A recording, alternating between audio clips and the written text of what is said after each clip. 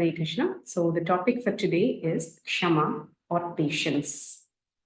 This is topic number 8 of the Sadachar theme. So patience. It is said that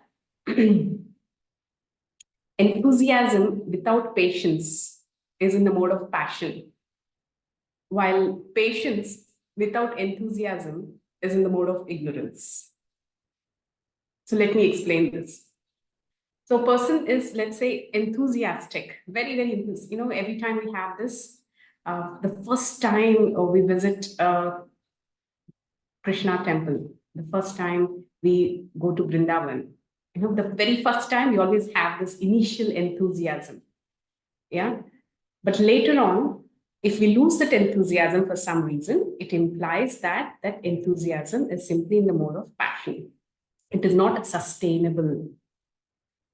Yeah, oftentimes we face this malady, right? Even as somebody who's recruiting people under them, we have workers who initially they start working with great enthusiasm, but later on to hold on their enthusiasm in a sustainable level, it's such a challenge.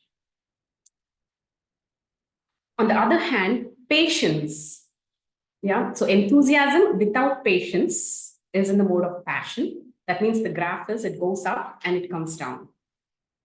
And patience without enthusiasm is in the mode of ignorance. That is, a person is simply patient. And when the time comes to act, even then the person is passive. That is mode of ignorance. So patience does not mean simply remaining silent or simply remaining passive. Yeah. So patience means knowing the right time to act and waiting for it. Yeah. With preparedness, with enthusiasm. So such kind of patience bears fruit. So these subtle aspects of sustainable enthusiasm or meaningful patience need to be understood. If not, we are simply acting on modes. Yeah. So recently, I happened to visit this beautiful place called Hampi, where there is Malyavanta Raghunatha temple. Very significant and beautiful place. And I happened to visit there on exactly the Rama Prana Pratishtha Day at Ayodhya, 22nd of January. So this place is very significant. It's because it is that very same mountain where Lord Ram has spent his 4 months of Chaturmasya period in the Kishkinda Kshetra. So this Kishkinda Kshetra comes in the Karnataka area, starts from Bellary and it just extends up to a long span. So Hubli, sorry, not Bellary, Hubli. Yeah, Hubli and related places. So in that place, near the current day Hampi, is situated this beautiful place called the Malyavanta Raghunatha temple, which is exactly the place where Ram has waited for 4 months. So we went to the temple and we went the next day after the Ram Prana Pratishtha. And very beautiful deities. A very significant aspect of these deities is Lord Ram, you find him in the Yoga Mudra. That is, you know, he's with his hands like this in the Yoga Mudra posture. Generally, whenever we see Ram deity, wherever you see, yeah, he's with the bow, right? And Lakshman is standing beside him with the bow, yeah, in a mood of action. But here in this place, you will find Ramji in Yoga Mudra with his eyes closed. And so it's a very, very beautiful deities. And we just simply ask the Pujari to tell us the Sthala Puran, although we know it's very nice to hear from the Pujari because they're so soaked and absorbed in that place and every day reading the Ramcharitmanas and all the Valmiki Ramayana, the consciousness is always absorbed in Ramkat. So we just went and inquired from this Pujari. Can you please tell us the Sthala Puran? So it was so amazing. He spoke to us for 1 hour. 1 hour, solid 1 hour he spoke. And Ram Katha was just flowing out from him so naturally. And he told us such amazing things, related to psychology, related to stress, related to everything. Was mind-boggling. He looked like a simple pujari, hardly wearing little ragged dhoti kurta and little beard. I mean, we wouldn't expect something from so profound and wise from this personality. So it was such a so nourishing an experience to hear this katha from this pujari. So I just wanted to share something from that. It has something to do with the quality of patience. So he said, Ram represents intelligence. So when he was staying here at this place, he was in such a distressful condition. Yeah, distressful condition. Number one is because, he's been banished by his own mother to the forest, and his father died. And after that, his beloved wife, Sita, is abducted. Yeah, that was his state. That was his condition when he was waiting in that place. But still, he always had a smile on his face. And he waited patiently for 4 months for the right time to come to act. So this is intelligence. Makes you be patient and smiling. Yeah, knowing and waiting for the right time to come. Yeah, knowing when to act. On the other hand, if you see Ravana, he said Ravana represents mind. And what is Ravana's condition? He had everything. Yeah, he had the whole Lanka Puri is made of all palaces made of pure gold. Yeah, and he had all the demigods under his control. We all go to an astrologer to check out how all the grahas are acting on us on our charts. But Ravana was so powerful that all the Navagrahas have become steps to his throne, and they used to lie down, like this, and he used to simply step on them and go on his throne. That was his power. That was his, level of command over all the elements. So, but despite, and he could, get any apsara whom he wanted, but still he was not satisfied. And he was restless. His mind was turbulent, always wanting something else and something more.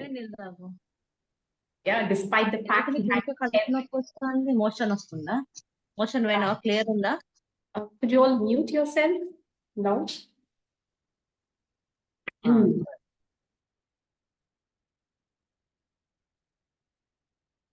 Harshita ji, you please mute yourself. So that is Ravana, who represents mind. So in our own body, we have both mind and intelligence. Yeah. So whichever traits are predominating, if we are ruled by mind, then we tend to manifest the qualities of Ravana, being dissatisfied with what we have, always wanting something else, something more, being very, always wanting to control. Ram, on the other hand, he was a supreme personality of Godhead, and he could control the whole world. Yeah, but he did not use that control or misuse that control. He followed all the norms of a human society, of a human being, of a kshatriya. He followed his dharma perfectly well. Yeah, never did he show his superiority or controllership or the godly tendency, the supremacy that he automatically had. Yes, so intelligence is something that which, despite having all opulences, keeps us satisfied and grounded. On the other hand, mind is something that despite the fact we have everything, it keeps us dissatisfied and it makes you want to have control over everything. Yeah, the controlling tendency comes because of the dissatisfaction that is created by the mind. So mind represents the Ravan, and intelligence, it represents Lord Ra. And when mind becomes the ruler, yeah, then the body becomes like Lanka. Yeah, so Lanka was such a state that one of the reasons why Ram has chosen to fight, to shoot Vali from behind, is because he did not want to pick up a fight with Vali. Because if he challenges Vali, then the entire kingdom of Kishkinda would have come to fight with him. Then he did not want to kill the citizens of Kishkinda because they were all pious citizens. All the Vanaras of Kishkinda are pious citizens. He wanted to give them protection and not kill them. So that's one of the many reasons why he killed Vali from behind. Yeah, he didn't invite him for a fight. Because if you invite for a fight, the king is the last person to come. In the process, the whole army is demolished. On the other hand, he declared a war with Ravana because all the Lanka Vasis are impious and they have to be punished and perished. So Lanka means the whole kingdom is full of impious people, impious activities. So that's when we make mind the controller, then the body tends to perform impious activities. Yeah, activities that degrade us. On the other hand, if we make intelligence that is situated in God consciousness, it represents Ram. And when Ram becomes the ruler, the body becomes Ayodhya. And he's saying that Pujari was saying, so this is actual Prana Pratishta. Yeah, so Prana Pratishta is not simply, inviting Ramji in a temple. Yeah, you make every body a temple by doing the Prana Pratishta of Ram. And how do you do the Prana Pratishta of Ram? By following his instructions. Yeah, by making your intelligence soaked in the instructions and example of that has been set by Ram. Then this body becomes Ayodhya. But if you make your mind rule over your body, that means we are having the propensity of Ravana and our body is becoming Lanka. And this is up to us to choose. Yeah, let the mind rule, or let the intelligence, that is, intelligence also is not mundane intelligence. Yeah, there is a mundane intelligence and there is spiritual intelligence. They're two different things. When does the intelligence become spiritual? When that intelligence is soaked in the instructions of the Guru, then the intelligence becomes spiritualized. Yeah. Guru Mukha Padma Vakya Chitte Te Koriya Aikya Arana Koriho Maniyash. So when the Mukha Padma Vakya of the Guru becomes Aikya, one with the intelligence, that's the most auspicious thing to happen to an individual. Yeah. And when and such an intelligence is glorified. Yeah, Sa Buddhir Vimalendu Shankar Bhavala Ya Madhava Dhyayini. Sa Buddhi Vimalendu Shankar Bhavala Ya Madhava. This is a beautiful stotra from Kundamala. Yad Krishna Pranipata Dhuli Dhavalam Tadvarshma Tadvaishira Te Netre Tamaso Jite Suruchire Yahyam Harim Drishyate. Sa Buddhir Vimalendu Shankar Bhavala Ya Madhava Dhyayini. Sa Jihvamrita Varshini Pratipadani Yastauti Narayani. So that's Yat Krishna Pranipata, that head which offers obeisances to Lord Krishna is that head which is glorified. Yeah. Te netre tamasojjate suruchire yabhyam harim drishyate. Those eyes which have seen the Lord, they are brilliant. Sometimes you see the eyes, if you ever look into the eyes of a great saint or a great person, you see a spark in their eyes. You see wisdom oozing out of their eyes. And sometimes when they really look at us, you can't even look into their eyes for long. Because when they're looking into your eyes, you feel that you're being scanned. It's more than an X-ray.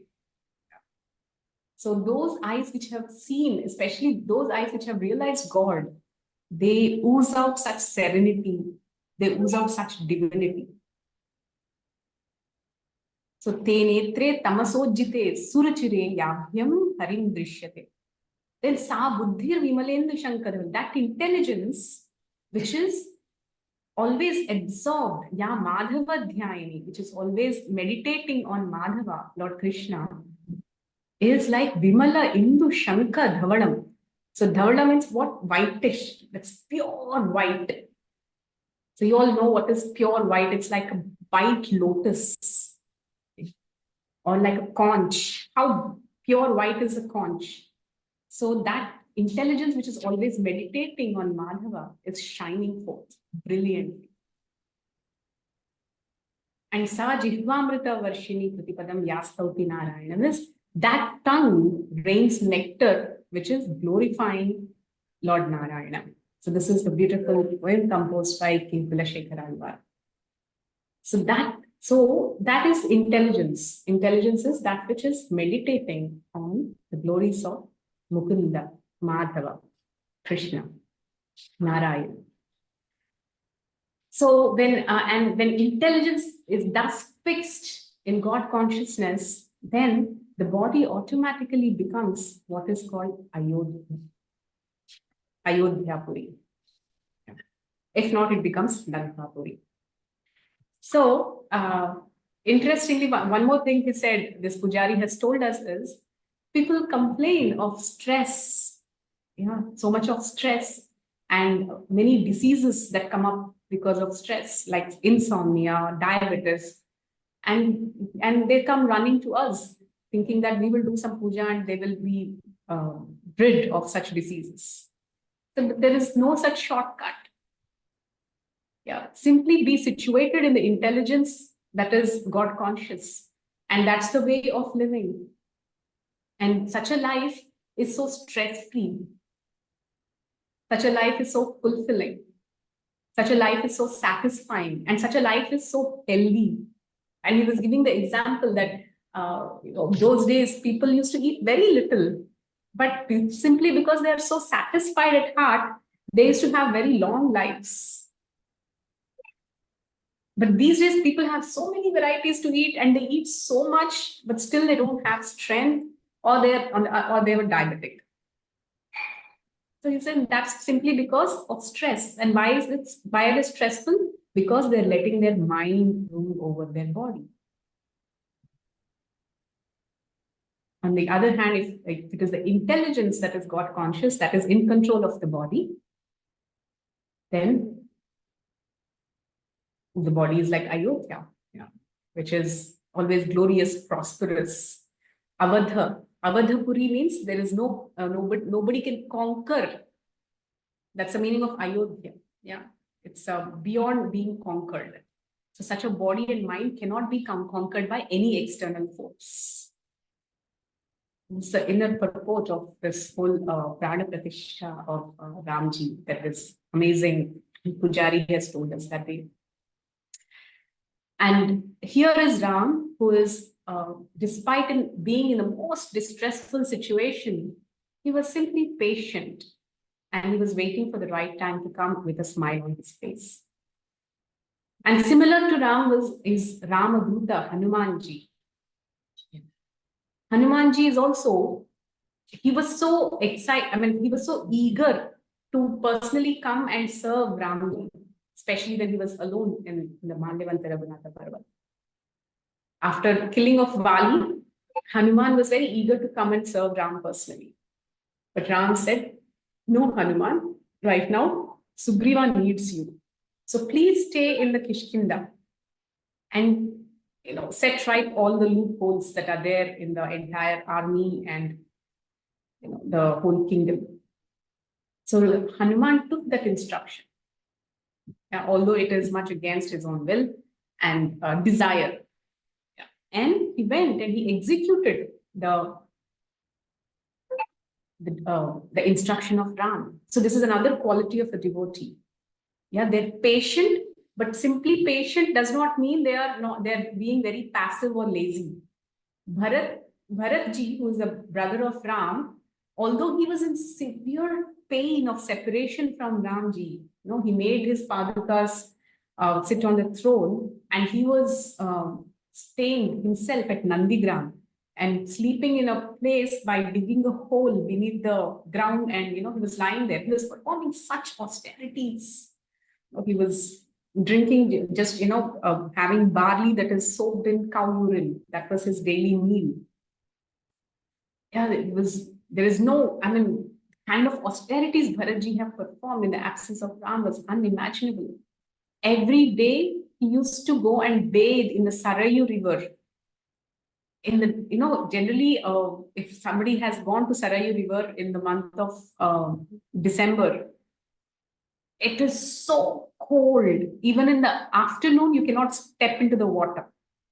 But Bharatji used to finish his water even before the Mangala, the Brahma Muhurta time. Why? He used to think that I am so sinful, I am so fallen. If all the rishis and all who are coming and bathing here see my face, it is so inauspicious for them. So let me finish off my bath even before they wake up. So at 2 a.m. in the morning, many hours before the Brahma Muhurta, he used to go and he used to take bath in the Sarai. Such freezing cold.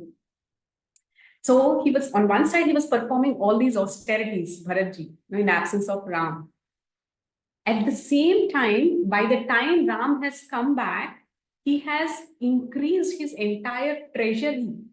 Yeah, he has doubled the GDP of Ayodhya. He has worked and he has multiplied the treasury by many times by the time Ram had returned. And he also increased the entire prosperity of the kingdom. He's also increased the Sena Balam, the whole army. And he has developed the kingdom by many times. Why? Simply as a servant of Ram. So this is example of patience with enthusiasm. So Bharat was waiting patiently with for Ram's return, but he was not. It does not mean he was lazy. He was actively working. He developed the kingdom so much. So was Hanumanji here. He was like helping Sugriva actively, although he was in separation from Ram. So that is why Hanumanji is also called Buddhimatam. So in this beautiful Rama Raksha Stotra, Hanumanji is glorified as Manojavam. Yeah. Marutulya Vegam. Manojavam means one who travels in the swiftness of mind. Marutulya Vegam. That is, with the speed of mind, he travels. Jitendriyam, he who has conquered his senses. Buddhimatam, very, very intelligent. And Varishtam. Varishtam means one who is ripened with wisdom. So this is a glorification of Hanuman. He's Buddhimatam and Varishtam. Then he's also glorified as Vatatmajam, the son of Vayudeva. And Vanara Yuta Mukhyam, who is the most preeminent amongst the entire Vanaras. And Sri Ramadutam Sharanam Prapadde. We're taking shelter of such a, Sri Ramaduta, who is Hanumanji. So this is, the Hanumanji is Buddhimatam. He is ruled by intelligence, that intelligence which is always absorbed in Rama. That is why all his actions are perfect. So this Pujari also told some interesting things about Hanumanji. How he's very balanced. He didn't, just jump around. When the task has come that somebody has to take the leap and reach Lanka, so there were many Manaras who were trying to tell that, I can do this, I can jump so long, I can go, but I cannot come back. Everybody was just expressing about their abilities. But Hanumanji was just silent. He was just waiting for everybody to speak their opinions, but he was himself silent. He did not speak anything. And he did not do anything until he was instructed to do. That was when Jambavan came into the picture. And he reminded Hanuman of his powers. And he told him, take the lead. So that was when Hanumanji has. So there's another feature of intelligence. Intelligence gives you the patience to wait until the right time comes. So that is how Hanumanji here is ruled by intelligence, and which manifests itself as Kshama or patience. And you can see actually our whole scriptures are full with this beautiful quality of patience. So recently in the last session, we were having this discussion. Somebody has, I think Meghna, has asked me this question about patience. How can we be patient? So I was telling her that these days, the more we lead an unnatural life, the more we are drifting away from this golden quality of patience. The more we are getting used to gadgets, yeah, a remote control, which actually, changes all the channels. In earlier days, there was only one channel, DD1. So whatever they show, we used to sit and see. But now you see a person comes, sits for half an hour, they're only browsing through channels. Not even one, channel they watch for a good period of time. This is my most common observation. They sit, browse through all the channels, they get frustrated, there is nothing to watch, and they leave. Yeah, so you can relate to impatience here. So, and the more we, deviate from this, I mean, more we get used to gadgets, the more this impatience and intolerance creeps into our personality. We look for immediate results. Like I remember my mother, she used to prepare, they have to prepare dosa. There used to be a stone grinder. Yeah, she used to soak rice and this urad dal. And by the time I used to come back from school, she used to be grinding it. And after that night you ferment it, next morning you get dosas. But now it's very simple. Either you just put it in the mixie, or even faster is get the batter from outside. Even faster is Swiggy. Yeah. So no patience only. Where's the patience? Yeah, now you can't imagine somebody using a stone grinder and making the dosa batter. So the more we get used to this life with gadgets and we tend to develop impatience towards any delays. Any delays. So many days, I mean, even mothers, who cannot wait for 9 months to bear a child, they get into, opting for surrogacy. Yeah, if surrogacy is a need, okay, understood. Surrogacy because, I can't wait for 9 months, I can't handle 9 months, or, this is really very, very unnatural. And the more you go, you move far away from your own nature, the more one becomes frustrated, unfulfilled, and disgusted. So patience is that golden quality which nature actually teaches. Yeah, teacher. That is why nature is called the best teacher. Teacher nature. So when you have time, when you spend time with the nature, you absorb into the nature. There's so many beautiful, wisdom that is whispered into your ears if you have that heart to see and ears to listen. The entire Aranyakanda of Ramayana, you see how Mother Sita has spent her time in the nature, yeah, in the forests. So she's to learn everything from her surroundings. When she started living in the nature, she was a princess who was brought up in Mithila, wherein she has hardly seen the sun. But now, she started living in the wild forests. So while living in the forest, she started learning actively from the nature.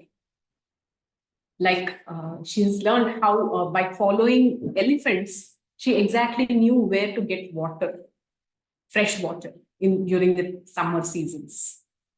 Yeah.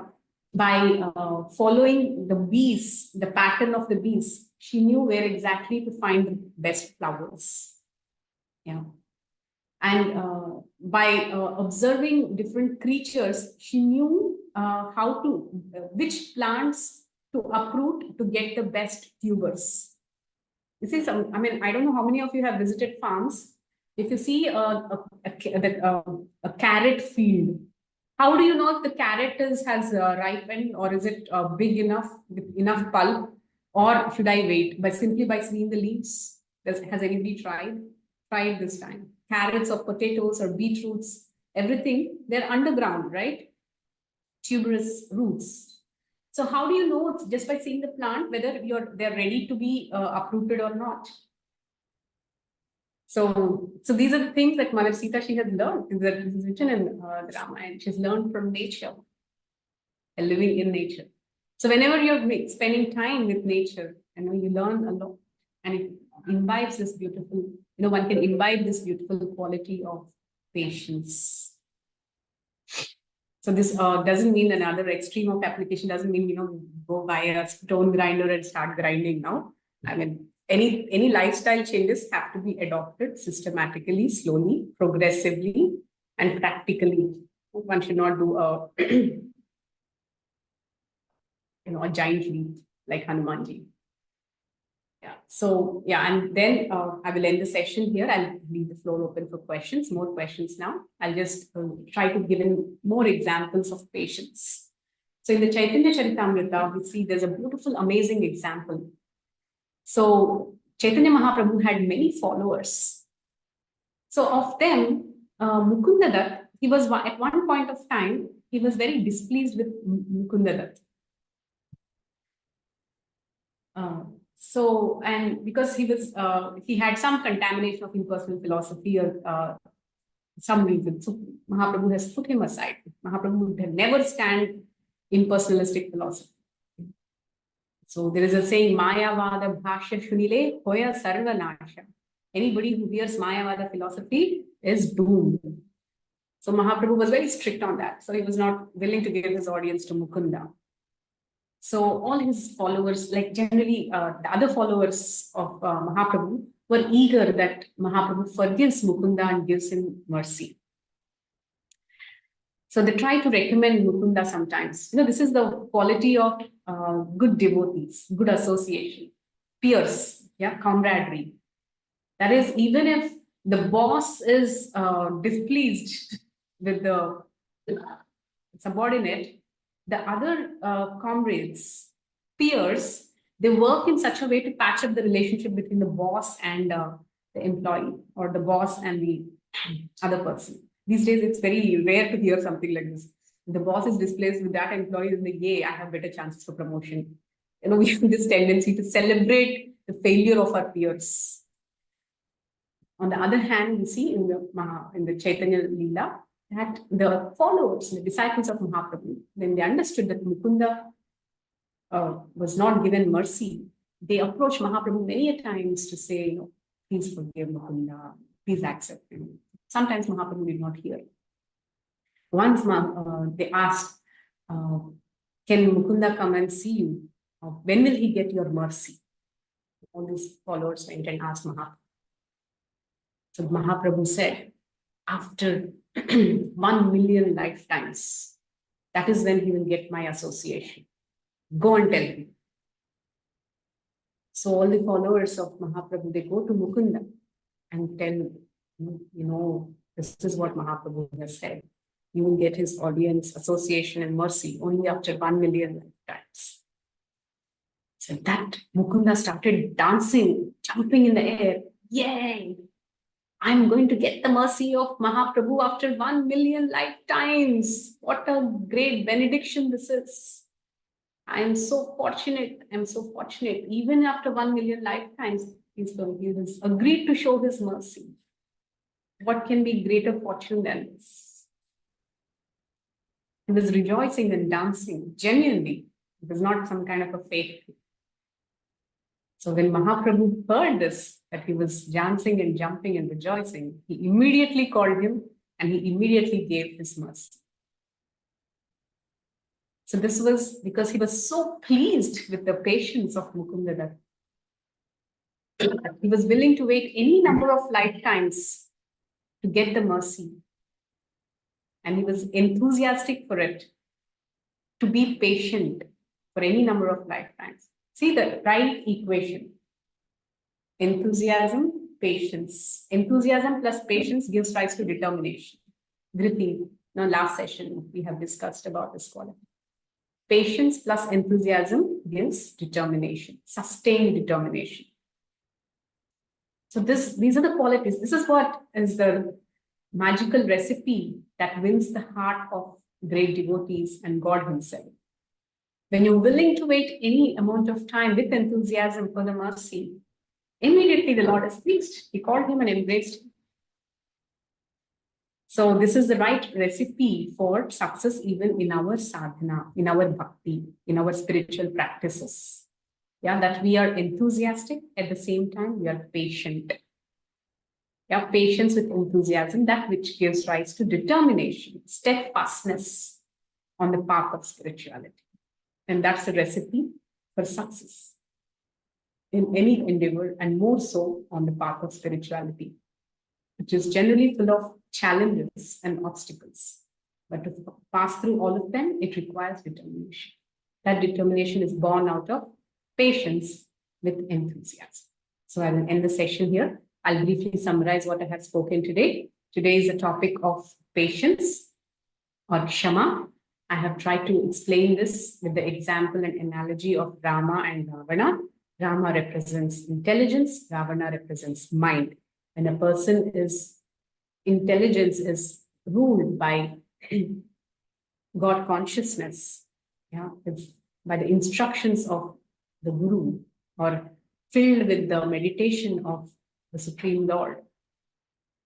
Yes, that gives rise to patience, gives rise to great qualities. Yeah. And that makes, that turns the whole body into an auspicious temple like the Ayodhya. On the other hand, mind represents Ravana, dissatisfied, unfulfilled, yeah, impatient, always wanting something else and something more, wanting to control. And when such a mind rules, the body becomes Lanka, that is an abode of inauspicious activities, yeah, that further degrade us in the cycle of karma. Okay. So with this analogy, we understood what is the recipe for patience. It is making the intelligence absorbed in God consciousness. And then we have also seen through the example of Mukundada that how this beautiful quality of patience attracts the heart of the Lord. And we have also seen the examples of different